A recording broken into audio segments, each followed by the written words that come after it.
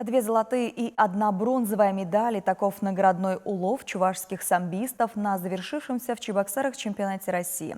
За схватками на коврах столичного дворца Чебоксара-арена наблюдал наш спортивный корреспондент Вячеслав Ильин. 71-й чемпионат России по самообороне без оружия подтвердил старый, как само самбо, постулат, гласящий о том, что выиграть чемпионат мира легче, чем соревнования внутри нашей страны. Из 20 действующих чемпионов мира в Чебоксары приехало 16 обладателей этого титула. Вот только подтвердить свой высокий самбистский класс на коврах дворца Чебоксара-арена удалось лишь 7.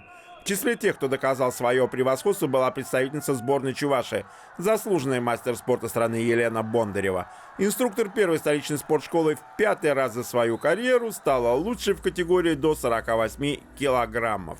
Задача была показать свою наибольшую активность. Если получится сделать прием, вот у меня, слава богу, получилось сделать балл еще бросить.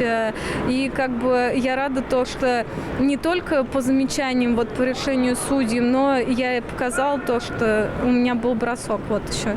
В 20 категориях мужского, женского и боевого самбо произошла смена лидера. В весе до 52 килограммов преимущество в 1 балл позволило воспитаннице республиканской школы самбо Вере Лотковой, она в синей куртке, обменять серебро образца 2019 года на золото 71-го чемпионата России. Причем соперницей по финалу подопечной заслуженного тренера Чувашии Сергея Пегасова была действующая чемпионка мира, воспитанница московской школы самбо-70 Диана Рябова. Схватка двух равных соперниц завершилась в пользу хозяйки чемпионата, получившей и супербонус – путевку на чемпионат мира. Выступлением я довольна, но частично, так скажем. Надо готовиться к предстоящим соревнованиям. У меня сейчас в марте будет Кубок мира, в середине марта. Надо уже туда готовиться. Как мне говорит тренер, то, что соревнования прошли, про них нужно забывать. Надо уже идти к следующим соревнованиям. В этой же категории бронзовую медаль завоевала еще одна представительница Чувашии, мастер спорта России Наталья Степанова. Это сильные соревнования, они отборочные на мир, на Европу. И к ним давно готовились.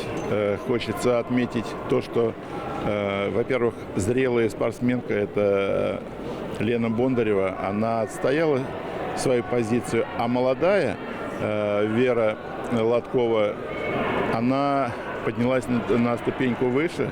2 золота и бронза, добытые чувашскими самбистками, позволили сборной республики занять первое место в командном зачете среди женщин. Что же касается выступлений мужчин, то квартет хозяев подобраться к пьедесталу не смог.